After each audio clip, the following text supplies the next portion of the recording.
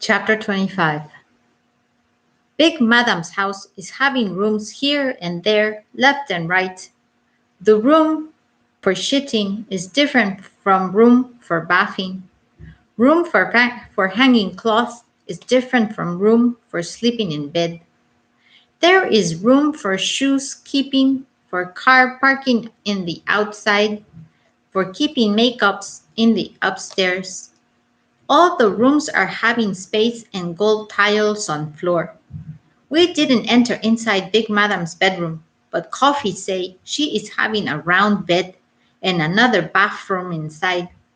In the downstairs, there are two parlors, one for visiting people and the other is for Big Madam only. No one sits in here unless Big Madam asks you to, Coffee say as he is closing the door in front of the second parlor. There is a looking glass on the wall in every room. Big Madam is quite vain, Coffee say, always looking at herself in the mirror. There is another room just for eating food with a long table and like 15 chairs. The chairs is gold. The table, a long gold slate on top of four glass legs. There is a light case with about 100 bulbs hanging in the middle of the ceiling. Glass flower pots full of pink and red and smelling fresh flowers in every corners of the room. Dining room, Coffee call it. Big Daddy and Big Madam eat here when they are on good terms, which is a rare occurrence these days. Follow me. Yes, this small room here is the library. He opened another door, and we are inside a room with books sitting inside a dark brown wooden case.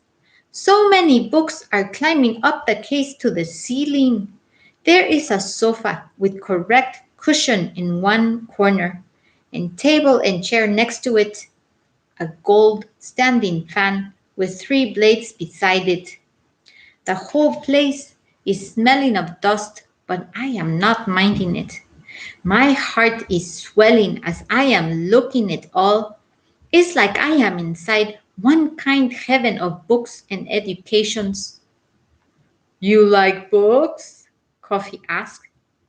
I want to be reading every day, I say, feeling a pinch of happiness as I am remembering what Kike said to me about feeding my mind with reading of books.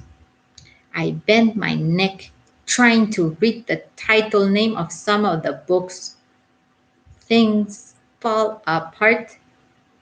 Collins English Dictionary.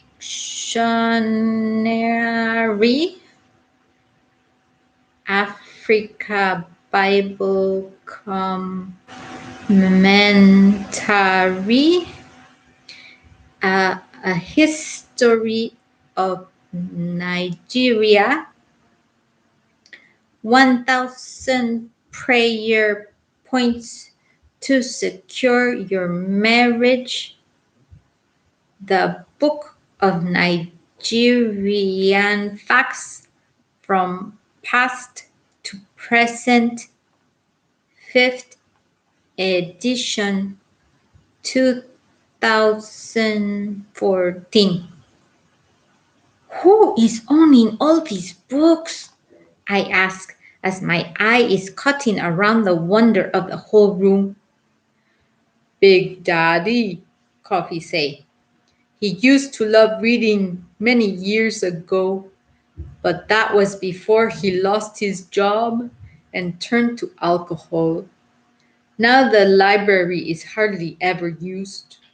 I am only showing it to you because you will need to dust it often. Who is this Big Daddy? I ask. Is he Big Madam's husband? Yes, Coffee say, whisper. Unrepentant alcoholic, chronic gambler. He keeps getting into debt and making his wife bail him out. Shame of a man, if you ask me. Real shame. He is away on business, should be back later today. And when I say business, I mean woman business. You mean how? Coffee round his eye. He is a womanizer. He has girlfriends, plenty of them. He turned his mouth down as if he is tasting something bitter so sudden. Then he asked, how old are you, Aduni? 14 years of age, I say. Why is he wanting to know my age? I see, Coffee say. Come with me this way. As we are leaving the library and Coffee is opening another glass door and enter inside, he stop a moment, then look me deep inside my eyes and make his voice so whisper, I am not nearly not hearing him. Be very careful of Big Daddy, he say. Extra careful. I am wanting to ask what he mean by that, but he clap his hand 2 times loud and say, right, this there here is the kitchen, my favorite part of the house. Come on in. The kitchen is like nothing I ever see. There is machine for doing every work, machine for blending, for washing cloth, for water pumping, for heating water. The fridge is like 10 times big than the one I used to see inside shop that was selling fridge in Ikati Market Square. The color of every machine in the kitchen is to match. Everything is red, this and that. There is a looking glass even on the cooking stove. Is it Big Madam that put looking glass in this stove? Coffee laughed. That's how the gas cooker was made, he said. The oven door is made of reflective glass. It is like a mirror.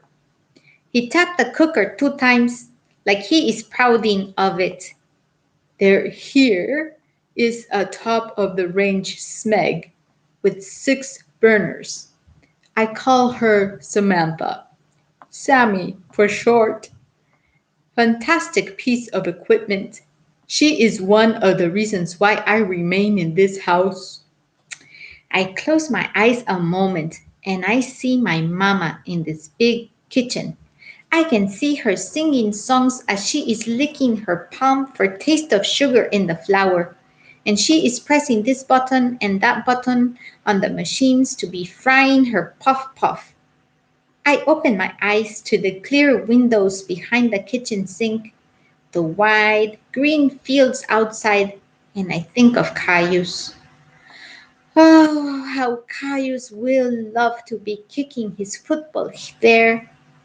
A real football, not like the tin of milk he is always kicking at home. I can hear his voice in my head now shouting, it's a goal! As he scored one in the net. Since he was a small boy, Caius was wanting to be like Mr. Mercy, a footballer from the abroad. My papa will like to sink himself in that soft cushioned sofa in Big Madam's parlor and be watching evening news and talking elections with Mr. Bada. How he and Mama and my brothers will love this house, the rich and big and powerful of it all. Where will we fetch to wash? Where will we fetch water to wash plate and cook? I ask, and the trembling in my voice shocked me. I keep still my voice, clear my throat, make up my mind not to think too much of a life that can never be. Is there a river or well in the afar? Aduni, we have taps, Coffee say. That is a tap. He points to the sink area. Water comes out of there. Turn that handle to the left for hot water and right for cold water. See? He turned the handle and water is jumping out like an angry stream. We have community taps in Ikati, one tap for the whole village, but the water from it be dripping one drop in every 1 hour. Too slow. He turned it again and the water off. That's that. Now to your room. Follow me. We go outside the kitchen to the compound around the house. There is a lot of grass, more palm trees along the path. We turn one corner and we are facing another small house. It have a red roof too, with two windows, one wood door, two flower pots full of sleeping yellow flowers. This is called the boys' quarters, Coffee say. All of Big Madame's staff stay here. You will use one of the rooms here. Why am I not sleeping inside Big Madame's house? I ask. Because you don't, he say, mouth straight. I have cooked for that damn woman for 5 years and I still cannot sleep inside her house. Right, here we go. He pushed open the wooden door. There is a long corridor with three more doors along it. Coffee point to the first of the door, twist the handle to open it. Here is your room. Rebecca used to sleep here until he stopped his talking, swallowed something. Step inside. Until what? I asked. What happened to this Rebecca? Who knows? Probably ran away with her boyfriend, he say, shrug. Your uniform is on the bed. It used to belong to Rebecca. I hope it fits. Her shoes are under the bed. Hope those fit too. Otherwise, stuff tissue in them. Go in, get changed, and I will be back to show you what you need to do. I enter inside the room. The room is the size of Morufu's parlor in Ikati. A bulb is hanging on a white plastic rope from the ceiling. There is an open window in the wall with metal gate behind it. A red curtain cover most of the window, but it leave a crack, enough to allow a small breeze and a blink of light from the outside. Be like red lips parting a little to show two white teeth.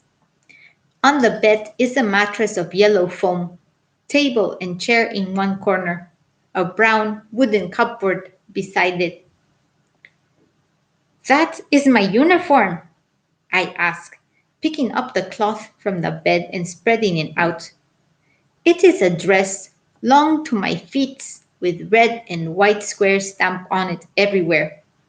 Is it for school, this uniform? My heart is swelling. Maybe it is a good thing that I ran away from Ikati.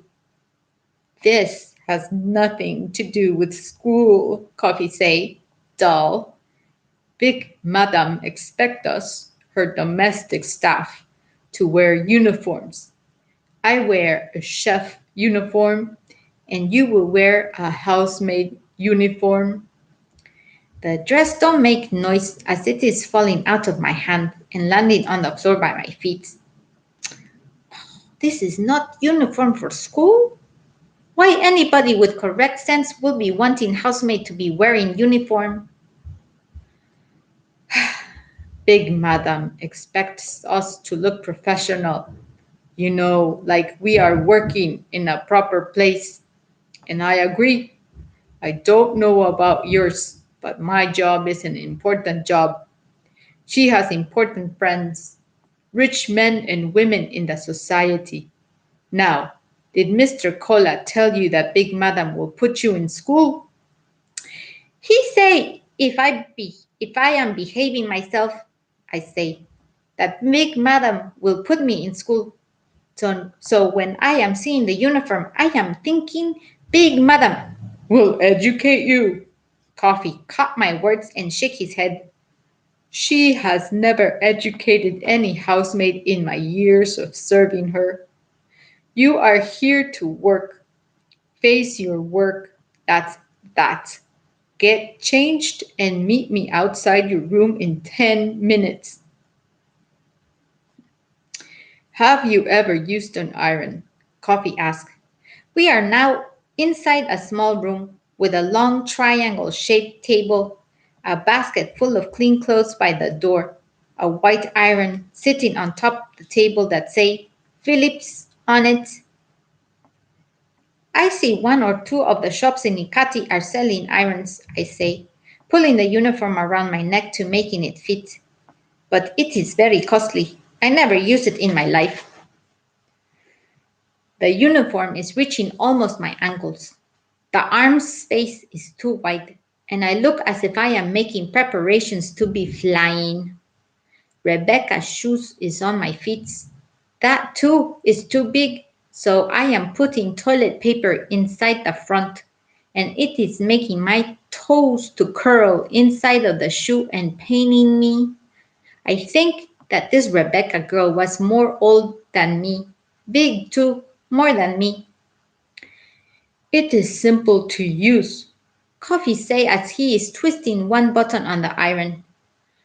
You just need to plug it into the socket down there. Adjust this dial here to match the label on the back of the clothes. Don't worry, I will show you how to check the labels. If you need, all you need to do is this. He is sliding the iron up and down on the cloth, strunging his face as if the iron is vexing him. When you finish, always remember to unplug the iron down there, he say, to prevent a fire outbreak. If you are not sure of anything, ask me. Coffee's English speaking and way of talking is sometimes too much, but I am using my brain and picking his words to make sense of it. I will be making sure that I am unplugging the plug every time. I don't want fire to be outbreaking. Good, he say. Big Madam has a schedule for housemaids. I am sure she will take you through it, but I know she expects you to start work at 5 a.m. You will mop all the floors in the house, including the tiles on the wall in the 5 bathrooms. Clean all the windows, sweep the compound, and scrub the paving on the driveway. At night, she expects you to water all the flowers, wipe the mirrors, and dust the beddings in all the rooms. It's okay, I say, feeling a sadness all at once. It is plenty work, but I can be working hard. Mr. Colas say he will bring my monies for me after 3 months. Maybe after many months of working here and saving the monies, I buy bus fare and go back to a village that is near Ikati. If I am near Ikati and near Cayus, even Papa, then my heart will not feel like it is full of something heavy. Coffee pulls his eyebrows back. You really think Mr. Cola will bring your salary in 3 months? You believe that? I nod my head yes. He is helping me. I don't have a banking account, so he is keeping monies for me. Why are you stronging your face? I am frowning because Coffee say as he is pressing a button and water is jumping up from the iron onto the cloth. He told Rebecca the same thing. She believed him and he collected all her salary and did not show up here again until this afternoon when he brought you. You mean he will be running away with my monies? I asked, feeling my heart begin to climb up and down, because I swear I will be finding that man and knocking his head with his too big shoe on my feet. Coffee, are you checking it sure of what you are telling me? I only told you what I observed. Coffee shrugged his shoulder. Goodness, for such a young girl, you are feisty. I don't mind you being feisty, but around Big Madam, You stay humble, quiet. You respect her, okay? What is my concern with anything feisty? I say. Me? I be respecting everybody if they are respecting me back. Now, tell me true. Can I be finding Mr. Cola in this Lagos? He sighed, but a smile be bending the top of his lips. We will have to wait and see what happens with Mr. Cola, okay? Here, take this shirt from me and iron it. End of chapter 25.